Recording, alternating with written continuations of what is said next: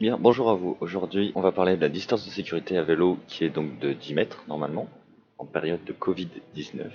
Tout simplement parce qu'on en a discuté avec un ami et qu'on n'était pas d'accord sur la légitimité de cette distance.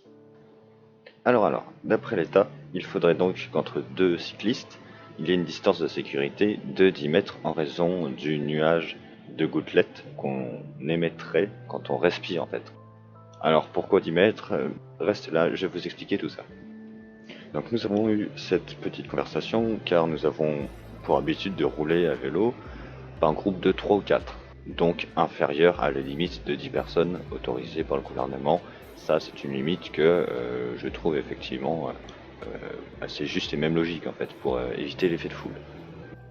Mais en étant 3 ou 4, cela veut dire donc si on est 3 de monopoliser 20 mètres entre le premier et le dernier, et si on est 4 de monopoliser 30 mètres, mais ce, peu importe le dénivelé, etc.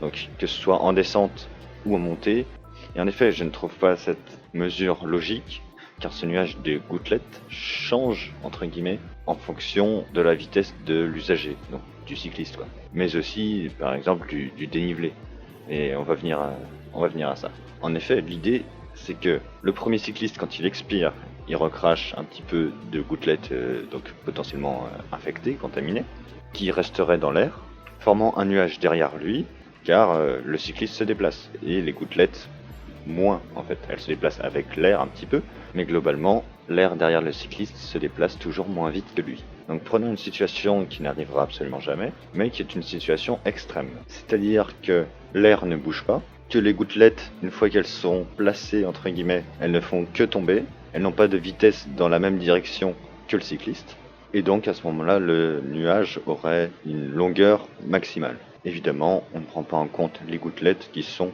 recrachées devant le cycliste et qui, pour une certaine partie, lui reviendront dessus en fait. Nous considérerons donc que toutes les gouttelettes qu'il va recracher constitueront le nuage qui sera derrière lui, et que ce soit un nuage constant, ce qui n'est absolument pas le cas, mais voilà, c'est un exemple extrême encore une fois. À ce moment-là, voyons d'où peut bien venir la distance des 10 mètres. Prenons par exemple entre deux piétons donc qui ne font pas d'efforts, qui respirent normalement, voire même qui peuvent se parler, donc postillonner, la distance de sécurité est d'1 mètre, je rappelle. Cette distance de sécurité est d'1 mètre, que les piétons soient immobiles ou soient en mouvement. Donc un piéton marche à une vitesse d'environ 1 mètre par seconde, soit 3,6 km/h, et pourtant ils n'ont besoin que d'1 mètre de distance de sécurité.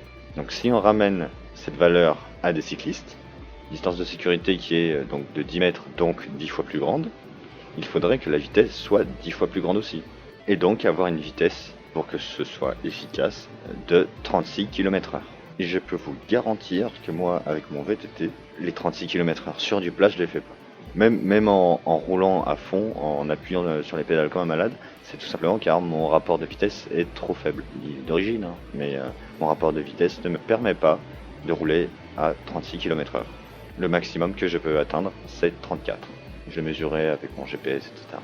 Donc, partant de ce fait-là, il faudrait que tout le monde roule à 36 km/h en constant pour que ce soit exactement la bonne distance de sécurité. En d'autres termes, si vous roulez moins vite, théoriquement, la distance de sécurité doit être plus faible. Ainsi, en conservant ce raisonnement, à une vitesse de 18 km/h, qui est déjà une vitesse beaucoup plus normale pour un cycliste, la distance de sécurité ne serait plus que de 5 mètres. Et c'est 5 mètres entre deux usagers, pas entre la roue arrière du premier et la roue avant du second. Et en effet, en roulant à une allure normale et en période normale, nous avons et nous gardons nos distances de sécurité pour éviter de se rentrer dedans tout simplement.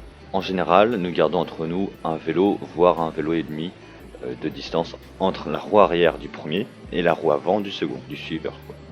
Donc cela veut dire que pour une vitesse moyenne de 18 km/h, qui est déjà assez bonne, assez élevée pour des vélos, surtout que nous ne faisons quasiment que de la montée et de la descente derrière, mais pour la descente, vu qu'on va beaucoup plus vite, on est au moins à 50 km/h, si ce n'est plus sur certaines pentes, nous prenons des distances de sécurité qui sont bien plus importantes.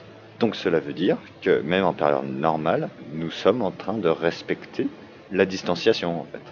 En effet, nous gardons la distance environ de un vélo et demi, voire deux vélos, entre nos roues, car un vélo de 23 pouces a une longueur moyenne de 200 cm, soit 2 mètres en fait. Donc 1,5 x 2, ça fait bien 5 mètres. Donc ça fait bien une distance de 5 mètres de distance de sécurité. Donc la distanciation est respectée, même en période normale. Voilà, donc globalement, si vous aviez trouvé ce prétexte pour ne pas sortir à vélo, eh ben désolé, mais ça marche pas. Et puis sinon, j'espère que vous avez apprécié entendre mon avis et ma manière d'expliquer le fond de ma pensée. Et je vous dis à une prochaine.